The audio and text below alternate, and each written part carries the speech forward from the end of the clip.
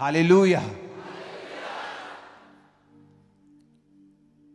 आपको ये समझ रखनी है, स्पिरिचुअल समझ वचन की, कि अगर मैं रोज खुदा का वचन नहीं पढ़ूंगा, अगर मैं रोज खुदाबंद की प्रेजेंस में नहीं बैठूंगा, तो वो चीजें एक्टिवेट नहीं होंगी जो मेरे लिए हुई हैं। सिम आपके पास पड़ा है, फोन आपके पास पड़ा है, बस उसे अंदर डाल के एक्टिवेट करना है, वही नहीं हम कर रहे हैं।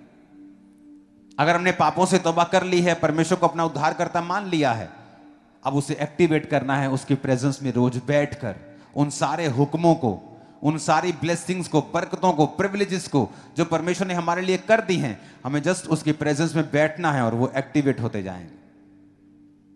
शैतान आएगा अपना काम करने के लिए, बीमारी, प्रॉब्लम, ये चीजें, लेकिन वो शर्मिंदा होगा, बिग टाइम शर्मिंदा होगा। आमीन ऊंचे वाला चाहिए चर्च।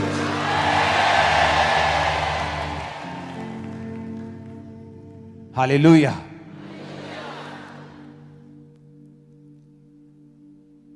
अगर उसको एक्टिवेट होता हुआ देखना चाहते हो कि जो आदम जिस लाइफ को एक्सपीरियंस करता था वो कैसी थी, तो दिमाग का डिसिप्लिन रख लो। आप कंट्रोल नहीं कर सकते कि आप फेसबुक चला रहे तो क्या आपकी फीडबैक में आएगा, लेकिन आपको उसे देखना है कि नहीं देखना है, आप कंट्रोल कर सकते हो। आप मक्खियों को भिन भिनाने से रोक नहीं सकते, लेकिन आप पर वो बैठेगी कि नहीं, आप इसे रोक सकते हो। कोई विचार शैतान आपके दिल में डाले, आप इसे रोक नहीं सकते, लेकिन उस विचार को कितना आगे लेके जाना है या उसे कैंसिल कर देना है, ये आपके हाथ में है। कोई आपसे बुरा करता है, आपको अब देखना है कि आपको अपना माइंड करप्ट करना है और बदले का बदला करना है, तो ये आपके हाथ में है।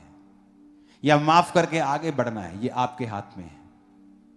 माइंड डिसिप्लिन कर लिया और शरीर डिसिप्लिन कर लिया।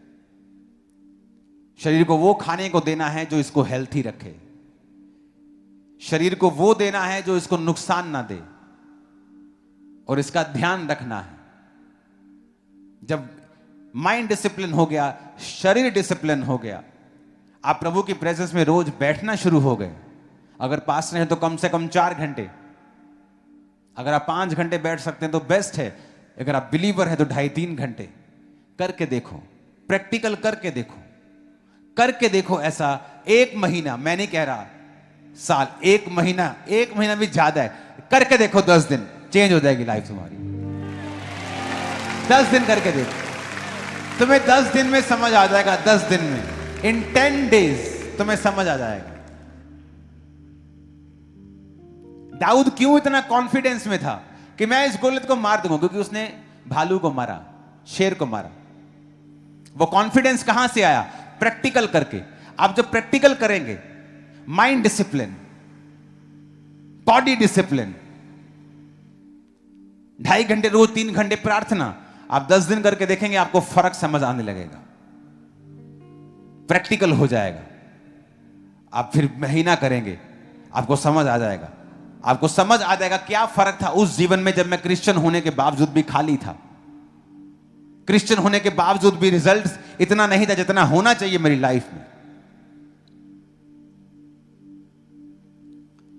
आपको समझ आना शुरू हो जाएगा।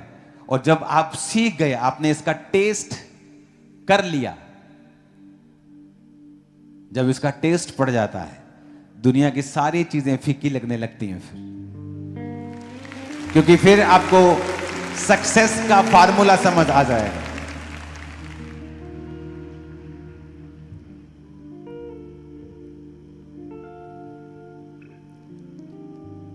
आज जब आप बहुत अधिक बढ़ जाते हैं, बहुत अधिक आप फैल जाते हैं, तो आप नोटिस करते हैं कि आप हर चीज को कंट्रोल नहीं कर सकते।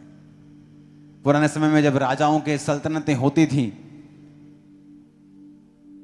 तो कई बार छोटी सी मुसीबत ही उन्हें मार देती थी, जब परमेश्वर उनकी लाइफ में नहीं होता था। और जब प्रभु उनकी जिंदगी में होता था, बड़े बड़े तूफान टल जाते थे, बड़े बड़े राजा घुटने टेक देते थे। और जब प्रभु जीवन में नहीं होता था, तो छोटे से राजा को मारने जाते थे कि इसको तो हम मार देंगे, वही उनके छक्के छुड़ाता था, वही हरा देता था उनको। तो लोगों को समझ आने लगती थी कि ना बल से ना शक्ति से बल्कि परमेश्वर की आत्मा के द्वारा सब कुछ होगा। आपको फिर समझ आने लगती है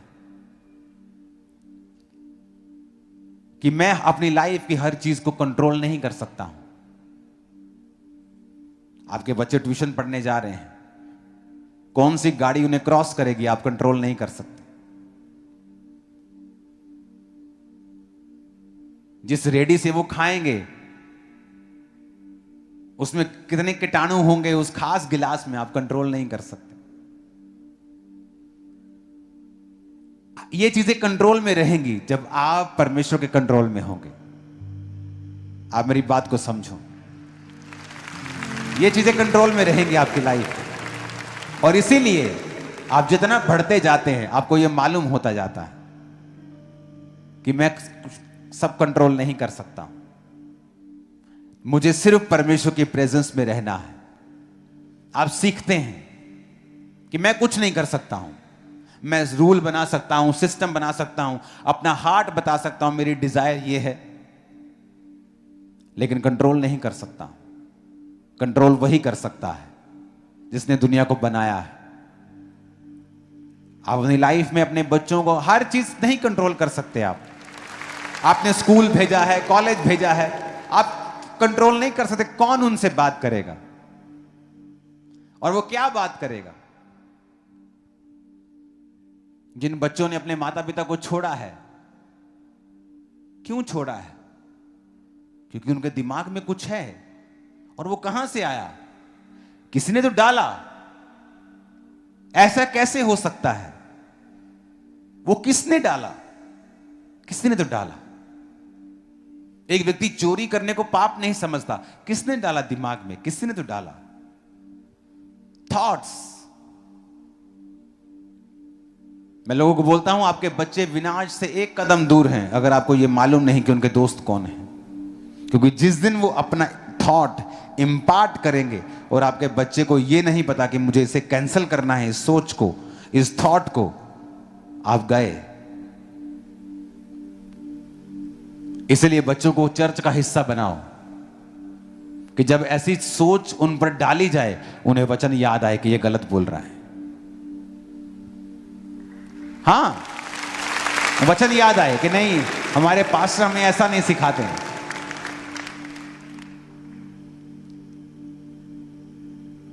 आज फॉरेन में चले जाओ तो टीचर्स माता पिता से बच्चों को इमोशनली अलग करने की कोशिश करते हैं। बच्चों को ऐसा सिखाया जाता है कि they are just your caretaker, you tell us if you have any problem. अगर तुम्हें बुली करते हैं, तुम्हारे डैडी तुम्हें डांटते हैं, तुम्हें ऐसे भी किया तो तू कॉल कर हमें। इमेजिन, बच्चों को समझाया जाता है ऐसा।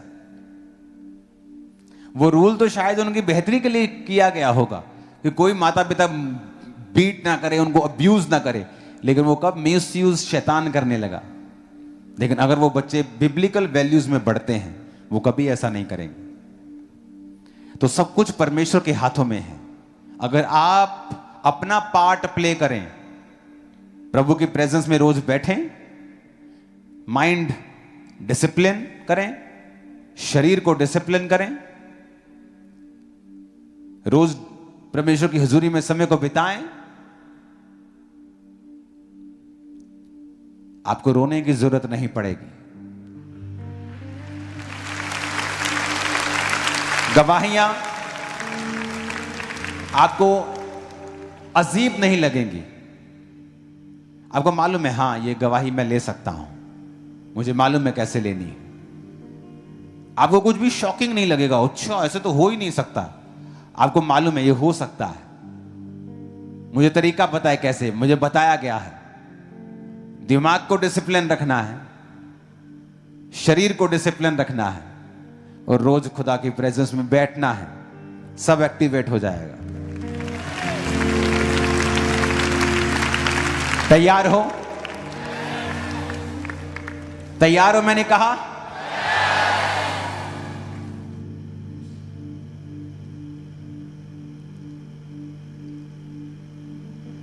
जो चीजें परमेश्वर ने हमारी स्ट्रगल के लिए रखी नहीं है, उन्हें क्यों मोल लेना? आज एक 18 साल का व्यक्ति रिलेशनशिप में है, उसे वो पाप नहीं लगता क्योंकि उसने मन बना लिया कि वो उससे शादी करेगा। उस लड़की ने भी मन बना लिया कि वो उसी से शादी करेगी। लेकिन वचन क्या कहता है? अगर आप देखें इसहाक और याकूब, इसहाक अपने बेटे से ज्यादा कामयाब निकला, शांति में निकला, फलवंत ज्यादा हुआ। क्यों? क्योंकि उसने लड़की को नहीं ढूंढा, उसके बाप ने अपने नौकर को भेजा और वो लड़की को लेके आया। और जब इसहाक मिला तो बताया कि ये तेरी पत्नी है जो परमेश्वर ने भेजी।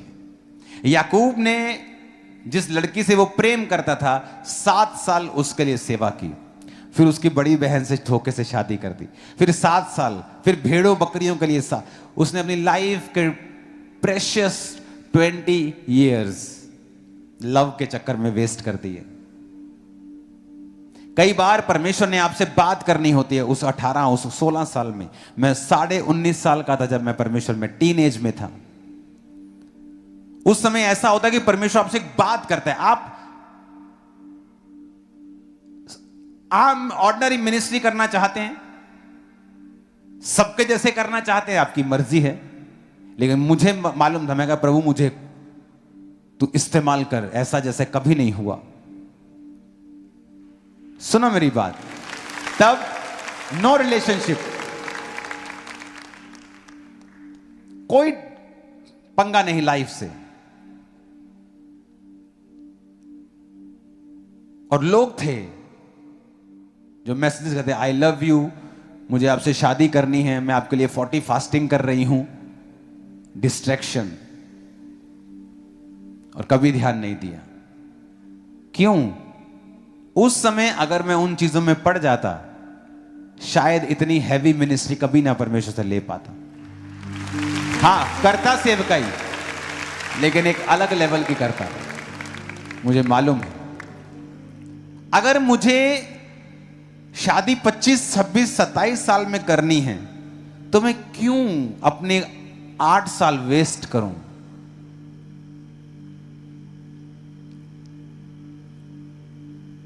उसके भाई की जॉब करते हैं, फिर ये उसके भाई की आगे ट्यूशन, तो हाँ आगे हुन किथे है तू, मैं हुन घर बैठी हाँ, ठीक है, चेक कर दे किथे आओ।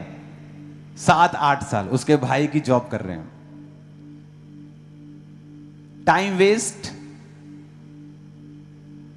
परमेश्वर के साथ वो कनेक्शन आप बिल्ड नहीं कर पाते हैं।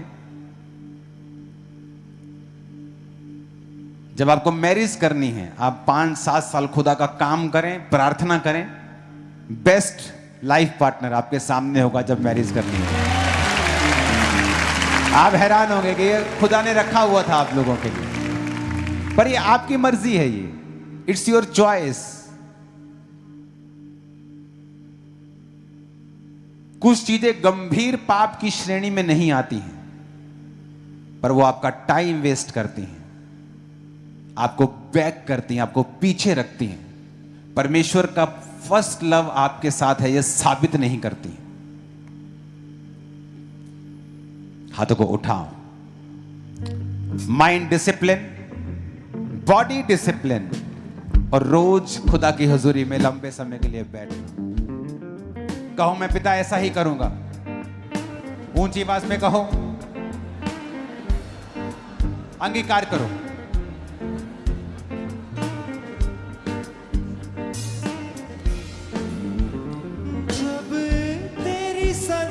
सब लोग अपनी जगह पे बैठ जाओ, अच्छी तरह से कुर्सियों के ऊपर, जहां भी आप हैं, और इस प्रार्थना को आप हमारे साथ करें। खुदा से कहें कि जो वचन आज आपको मिला है, आप उसे फॉलो करने के लिए तैयार हैं।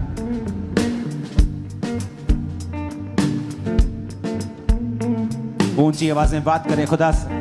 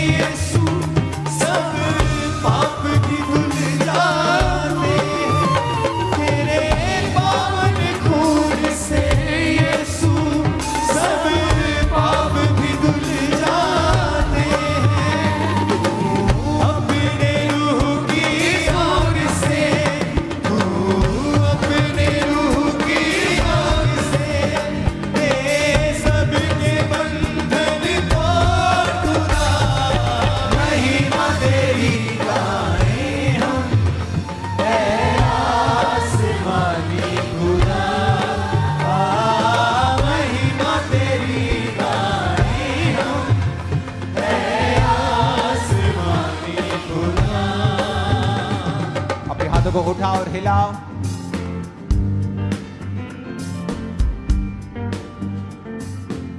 खुदा से कहो मैं रोशनी हूं। अपने आप से बात करो, बोलो मैं रोशनी हूं।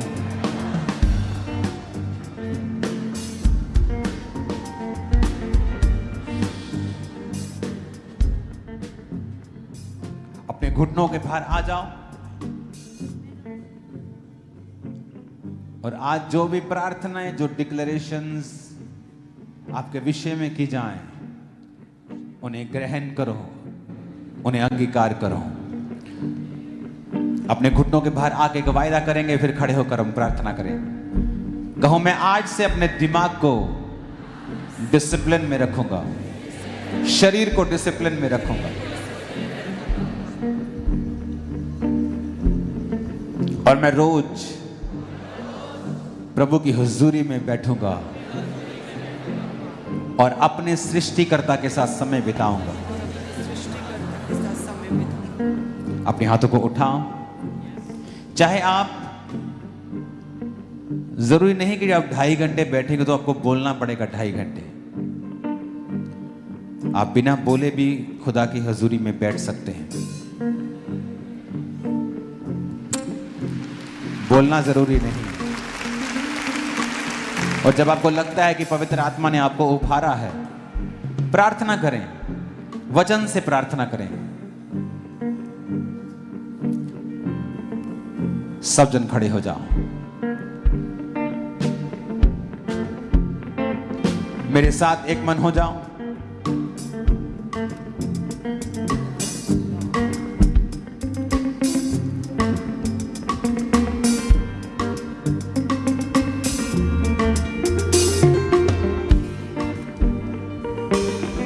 फिर से कहो मैं रोशनी हूं।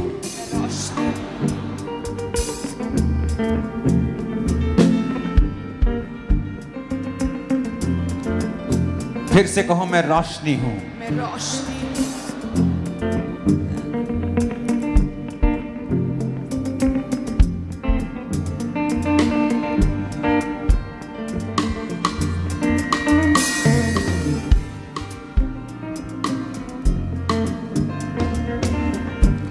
मेरे लिए परमेश्वर की योजनाएं बड़ी हैं।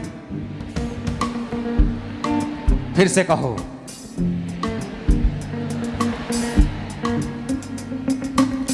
मैं विश्वास करता हूं, विश्वास करती हूँ। मेरे लिए बड़ी आशीषें फ्यूचर में खुदा ने रखी हैं। मेरे लिए बड़ी आशीषें परमेश्वर ने फ्यूचर के लिए रखी है। वो मेरे कदमों को निर्धारित कर रहा है। वो मेरे कदमों को निर्धारित कर रहा है। हो सकता है मैं उसे अभी ना समझूं, हो सकता है मैं अभी उसे ना समझूं, लेकिन परमेश्वर मुझे रास्ता दिखा रहा है। लेकिन परमेश्वर मुझे रास्ता दिखा रहा है। मैं अपने जीवन के चारों तरफ आशीषों को देखूंगा। मैं अपने जीवन के चारों तरफ आशीषों को देखूंगी। मैं सिर्फ बढ़ूंगा और कभी भी कम नहीं होगा। मैं सिर्फ बढ़ूंगी और कभी भी कम ना होंगी। मैं अपनी खटियों में जो वफादार रहा हूं, जो वफादार रही हूं, अब मैं बढ़ती को देखूंगा। अब मैं बढ़ती को देखूंगी। मैं कभी शर्मिंदा ना होगा। मैं कभी शर्मिंदा ना होंगी। जिस तरह धर्मी की ज्योति, जिस तरह धर्मी की ज्योति, वचन कहता है, दोपहर के प्रकाश तक, जिस तरह सूर्य बढ़ता जाता है, सूर्य बढ़ता जाता, बढ़ती ही जाएगी, बढ़ती ही जाएगी। मेरी ज्योति बढ़ती जाएगी, मेरी ज्योति बढ़ती जाएगी। उसके कोड़े खाने से मैं चंगा हो चुका हूं। उसके कोड़े खाने से मैं चंगा हो चुका हूं। 7 बार बोलो ये बात। उसके कोड़े खाने से मैं चंगी हो चुकी हूं। उसके कोड़े खाने से मैं चंगा हो चुका हूं। उसके कोड़े खाने से मैं चंगा हो चुका हूं। कहे उसके कोड़े खाने से मैं चंगी हो चुकी हूं। उसके कोड़े खाने से मैं चंगा हो चुका हूं। उसके कोड़े खाने से मैं चंगी हो चुकी हूं। जब आप इस डिक्लेरेशन को कर रहे हैं, उस बीमारी का नाम ले।